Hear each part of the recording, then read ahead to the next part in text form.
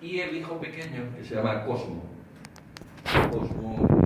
de Cosimo, pusieron un nombre italianizado, que se me presentó él mismo en el hotel, coincidíamos en el hotel, y me dijo: ah, usted viene de España y demás. Sí, bueno, y dice: yo soy el hijo de Ronald Fairbairn. Digo, ¿el político? Me parecía recordar que no, él era maestro. Pero lo que viene a cuento, hablando de su padre, en cuestiones de teoría no se metía, ni en cuestiones de terapia, evidentemente. Me hizo muchas gracias, pero decía: mi padre se le ha dado menos importancia porque era escocés. ¿Por qué era escocés? Como era escocés, dice, frente a Winnicott, que era inglés.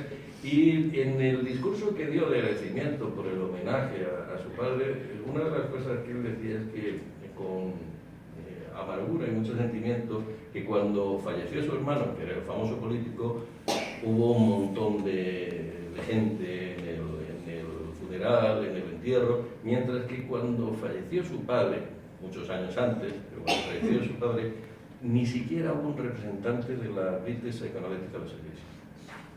Eso lo tenía muy inculcado.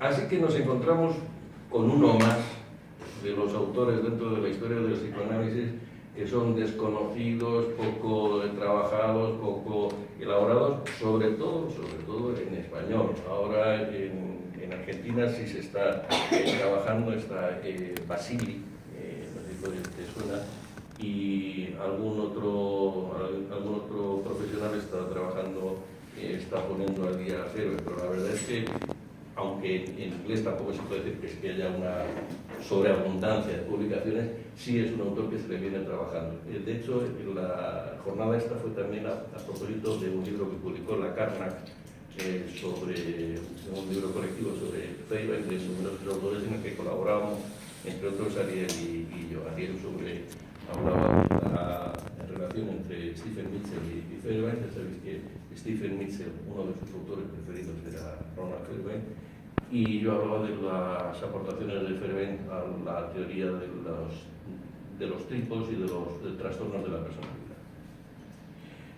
Algunos han considerado, esta es una idea que empezó el propio Ernest Jones, que fue uno de sus valedores en la sociedad británica.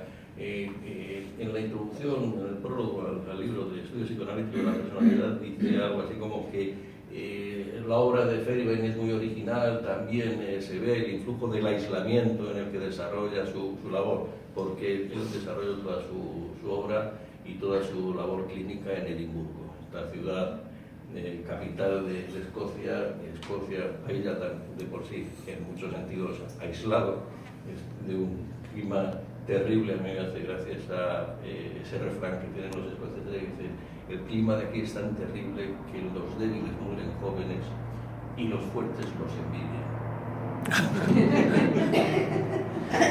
Era un ambiente de gran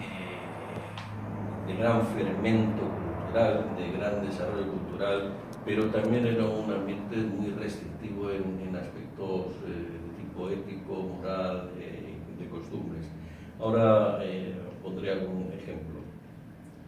Fairbairn es conocido por este libro, sobre todo el Estudio Psicoanalítico de la Personalidad, que en inglés aparece en el año 52, que tú tienes una traducción al castellano del 75, esta mía no es muy posterior, creo que es del 78, que es citado en el psicoanálisis en lengua castellana durante muchos años del psicoanálisis argentino y poco más.